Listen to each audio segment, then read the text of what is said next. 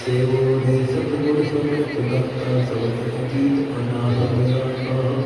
सुख का सागर जिन मन भैया हे मोती मानत भैया सुख का सागर धन ज्योति मान सरोवर मुक्तामती निर्मल तुंगर ताली मुखावे सतगुरु सुख के सागर सुख पावे